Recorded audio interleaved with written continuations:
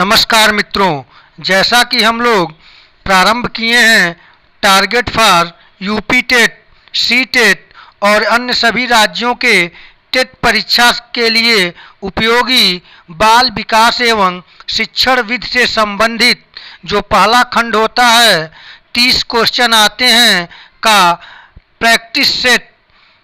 दूसरा, इसके माध्यम से हम सभी महत्वपूर्ण बाल विकास से संबंधित प्रश्नों को हल करेंगे। तो आइए शुरू करते हैं। यदि आप चैनल पर नए हैं तो चैनल को लाइक, शेयर और सब्सक्राइब करना न भूलें। Channel study bye Biren sir. तो आइए बिना देर किए शुरू करते हैं।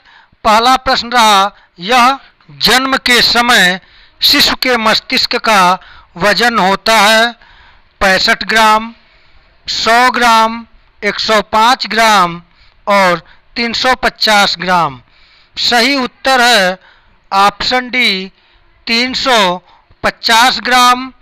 जन्म के समय शिशु के मस्तिष्क का वजन लगभग 350 ग्राम होता है।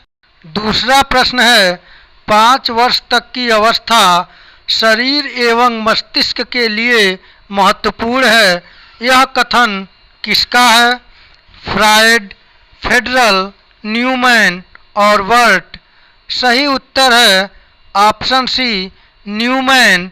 5 वर्ष तक की अवस्था शरीर एवं मस्तिष्क के लिए महत्वपूर्ण है। यह कथन न्यूमैन का है। तीसरा प्रश्न है, शिशु के सिर की लंबाई संपूर्ण शरीर के अनुपात में कितने भाग होती है? ऑप्शन ए 1/4, 1/5, 1/6 और 1/7। सही उत्तर है ऑप्शन ए 1/4। शिशु के सिर की लंबाई उसके संपूर्ण शरीर के अनुपात में 1/4 भाग होती है। चौथा प्रश्न है, विकास से तात्पर्य गुणात्मक परिवर्तनों से है। यह कथन है जेम्स ड्रेवर का, एंडरसन का, वान डेन डेल का और वर्ट का। सही उत्तर है ऑप्शन सी वान डेन डेल का। विकास से तात्पर्य गुणात्मक परिवर्तनों से है। यह परिभाषा प्रसिद्ध मनोवैज्ञानिक वान डेन डेल ने दिया था। पांचवा प्रश्न है, वंशानुक्रम माता पिता से प्राप्त करने वाले लक्षण हैं। यह कथन है ऑप्शन ए वुडवर्थ का, ऑप्शन बी ड्रेवर का, ऑप्शन सी रूस बेनेड्रिफ्ट का और ऑप्शन डी फ्रायड का। सही उत्तर है ऑप्शन सी रूस बेनेड्रिफ्ट का। वंशानुक्रम माता पिता से प्राप्त करने वाले लक्षण हैं। यह परिभाषा रूस बेनेड्रिफ्ट ने दिया था। छठा प्रश्न है, वंशानुक्रम प्रतिभा पुस्तक के लेखक हैं फ्रायड, गाल्टन, ड्रेवर, वुडवर्थ। सही उत्तर है ऑप्शन बी गाल्टन। वंशानुक्रम प्रतिभा नामक पुस्तक की रचना गाल्टन महोदय ने किया था। सातवां प्रश्न है, निम्नलिखित में से कौन संवेग है? क्रोध, कामुकता, सम्मान व लालच, उपरोक्त सभी। सही उत्तर है ऑप्शन डी उपरोक्त सभी। संवेगों में क्रोध, कामुकता, सम्मान व लालच ये सभी आते हैं।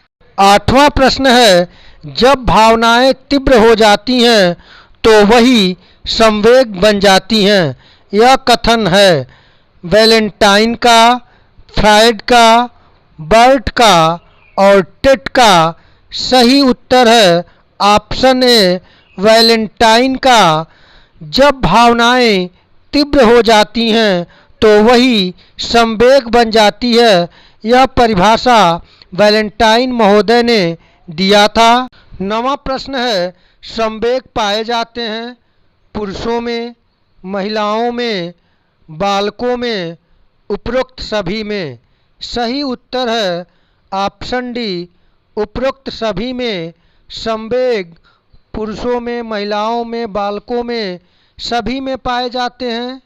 10वां प्रश्न है, संवेगों का वर्गीकरण प्राथमिक संवेग, द्वितीय संवेग और कृत्रिम संवेग में किस मनोवैज्ञानिक ने बांटा है?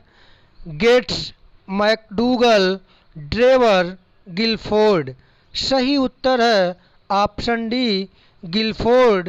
गिलफोर्ड महोदय ने संवेगों का वर्गीकरण किया है और उन्हें प्राथमिक संवेग, द्वितीय संवेग और कृत्रिम संवेग 3 भागों में बांटा है।